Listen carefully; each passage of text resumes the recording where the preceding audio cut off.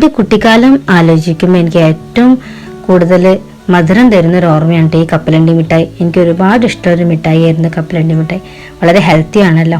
അപ്പോൾ നമുക്കിന്ന് ഈ കപ്പലണ്ടി മിഠായി ഉണ്ടാക്കി വയ്ക്കാമല്ലോ. എല്ലാവർക്കും ഇറ്റ്സ് മീ അമരാൻഡിയുടെ പുതിയൊരു വ്ളോഗിലേക്ക് സ്വാഗതം. അതിനാദ്യം തന്നെ നമ്മൾ ഇങ്ങനെ കപ്പലണ്ടി, നിലക്കടല വറക്കാത്തത് എടുക്കുക, അല്ലെങ്കിൽ വറുത്തെടുത്താലും കുഴപ്പമില്ല, എന്തായാലും നമുക്കൊന്ന് വറക്കണം.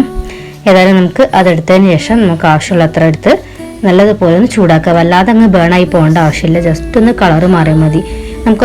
എന്തിനാന്ന് വെച്ചിട്ടുണ്ടെങ്കിൽ തൊലി പെട്ടെന്ന് അങ്ങ് പൊടിഞ്ഞ് മാറ്റാൻ കഴിയണം. അപ്പോൾ ആ ഒരു ഇതിൽ ജസ്റ്റ് നല്ലപോലെ ചൂടാക്കുക, ജസ്റ്റ് ഒന്ന് റോസ്റ്റ് ചെയ്തെടുക്കുക കേട്ടോ. അത്രയും കഴിഞ്ഞിട്ടുണ്ടെങ്കിൽ നമ്മൾ എന്താ ചെയ്യുന്നറിയോ, ഇതൊന്ന് കുറച്ചൊന്ന് തണുത്തതിന് ശേഷം നല്ലതുപോലെ കൈകൊണ്ട് ഞെരടി കൊടുത്തിട്ട് തൊലി സെപ്പറേറ്റ് ആക്കുക. അങ്ങനെ തൊലി സെപ്പറേറ്റ് ആക്കി കഴിഞ്ഞാൽ നമ്മുടെ പകുതി പണി കഴിഞ്ഞു.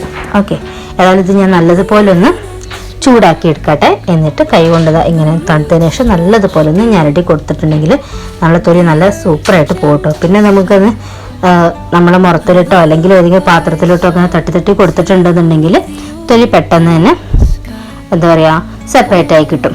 നല്ലതുപോലെ ഇങ്ങനെ ഞെരടി കൊടുക്കണേ, അപ്പോൾ അതൊന്ന് വിട്ടു പോകുള്ളൂ. എന്നിട്ട് നല്ലതുപോലെ ഒന്ന് ഉടച്ചെടുക്കുക.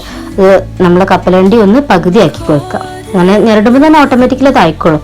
ഇതെങ്ങനെ ഇതെല്ലാം തൊലിയെല്ലാം കളഞ്ഞ് അത് മാറ്റി വെച്ചിട്ടുണ്ട് കേട്ടോ. ഇനി നമുക്കിതിലേക്ക് വേണ്ടത് ശർക്കരപ്പാനി ഉണ്ടാക്കുക എന്നുള്ളതാണ്. നല്ല ശർക്കരപ്പാവ് നല്ല കുറുക്കി ഉണ്ടാക്കുക. അതിനാദ്യം തന്നെ ശർക്കരപ്പാനി ഒന്ന് ഉരുക്കാൻ വേണ്ടിയിട്ട് ഞാനിപ്പം 3-4 ശർക്കര, ഈ ചെറിയ ശർക്കര ഞാൻ രാവിലെ അട ഉണ്ടാക്കാൻ ഉപയോഗിച്ചാൽ ബാക്കി ഉണ്ടായിരുന്നതാണ് കേട്ടോ. അങ്ങനെ അതും കൂടി ഇട്ട് നല്ലതുപോലെ കുറച്ച് വെള്ളം വെച്ചിട്ട് ആദ്യം ഒന്ന് പാനിയാക്കിയെടുത്തു. പാനിയാക്കിയെടുത്തതിന് ശേഷം അതൊന്ന് അരിച്ചെടുത്തിട്ടോ. എന്തായാലും ചിലപ്പോൾ എന്തെങ്കിലും തരികളോ കാര്യങ്ങളൊക്കെ ഉണ്ടാവുമല്ലോ, അതുകൊണ്ട് നല്ലതുപോലെ പാനിയാക്കി എടുത്തതിന് ശേഷം എന്ത് ചെയ്തു, അന്ന് അരിച്ചെടുത്തിട്ട് അതേ പാത്രത്തേക്ക് ഒഴിച്ച് നല്ലതുപോലെ കുറുക്കിയെടുത്തു കേട്ടോ. കുറുക്കിയെടുത്തിട്ട് നല്ലതുപോലെ എന്താ നൂൽപ്പരുവാവണം എന്നുള്ളതാണ് അതിൻ്റെ കണക്ക്. എന്താ വെച്ചിട്ടുണ്ടെങ്കിൽ നമുക്കൊരു ഈ പാവ് കുറച്ച് വെള്ളത്തിൽ ഒഴിച്ചു കൊടുക്കുമ്പോൾ എന്തായിരിക്കണം, അതൊരു നൂല് മാതിരി കിട്ടണം. അങ്ങനെ ഞാനിപ്പോൾ ഒഴിച്ചു കൊടുത്തപ്പം അങ്ങനെ ആയിട്ടില്ല, അപ്പം അതിൻ്റെ പാകമായിട്ടില്ല. പിന്നെ നല്ലതുപോലെ കുറുക്കിയെടുക്കുക. നല്ലതുപോലെ കുറുക്കിയെടുത്ത് നല്ലതുപോലെ ഇതിൻ്റെ വെള്ളമൊക്കെ വറ്റി കഴിഞ്ഞ് നല്ലത് കുറുകി വരുമ്പോഴാണ് ആ നൂൽപ്പരുവം ആയി കിട്ടുക. അങ്ങനെ ഏതായാലും കുറച്ച് നേരം ഇങ്ങനെ ഇളക്കി നല്ലതുപോലെ ഒന്ന് ആവട്ടെ. എന്നിട്ട് രണ്ടാമതൊന്നും കൂടി നോക്കിയപ്പോൾ കറക്റ്റ് നൂലായി കിട്ടി കേട്ടോ. അപ്പോൾ ഏതായാലും ഞാൻ അതിൽ വെച്ച് നിർത്തുകയാണ്. ആ ചൂടിൽ തന്നെ ഞാനൊന്ന് ഫ്ലെയിം കുറച്ച് വെച്ചിട്ട് സിമ്മിലാക്കി വെച്ചിട്ട് എന്ത് ചെയ്തു, നേരത്തെ മാറ്റി വെച്ച നിലക്കടല ഉണ്ടല്ലോ, വറുത്ത് വെച്ച നിലക്കടല ഈ ശർക്കര പാവിലേക്ക് ഒഴിച്ച് നല്ലതുപോലെ ഇളക്കി നല്ലതുപോലെ മിക്സ് ആക്കി കേട്ടോ.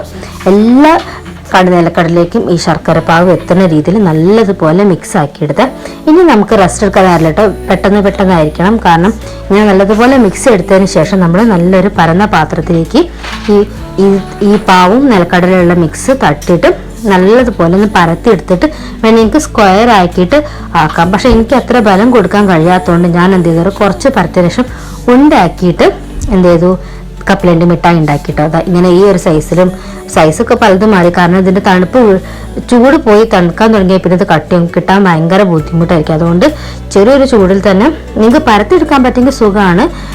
നമ്മൾ എന്തെങ്കിലും ഒരു അലുമിനിയം ഫോയിലോ അല്ലെങ്കിൽ ബട്ടർ പേപ്പറോ അതിൻ്റെ മേലെ പരത്തിയിട്ട് എന്ത് ചെയ്യുക, കത്തിയോണ്ട് മുറിച്ചെടുത്തിട്ടുണ്ടെന്നുണ്ടെങ്കിൽ നമുക്ക് നല്ലതുപോലെ സ്ക്വയർ ഷേപ്പിൽ കിട്ടും. പക്ഷെ എനിക്ക് എന്താ പറയുക, അങ്ങനെ പരത്താൻ കഴിഞ്ഞില്ല. അതുകൊണ്ടാണ് ഞാനിതുമാതിരി ഉണ്ടാക്കിയെടുത്തത്. അങ്ങനെ ഏതായാലും നമ്മളെ കപ്പലണ്ടി മിഠായി ഇതപ്പം ശരിയായിട്ടുണ്ട് കേട്ടോ. ചിലർ ഈ ശർക്കര പാൻ ഉണ്ടാക്കുമ്പോൾ അതിൽ കുറച്ച് ബേക്കിംഗ് സോഡ ഒക്കെ ഇടാറുണ്ട്, അത് നമ്മൾ അപ്പക്കാരം. പക്ഷെ ഞാൻ അതൊന്നും ചേർത്തിട്ടില്ലേ. ഏതായാലും നിങ്ങളിത് ഉണ്ടാക്കി നോക്കിയിട്ട് അഭിപ്രായങ്ങൾ പറയുന്നുണ്ട്. Okay, bye, see you, Tata.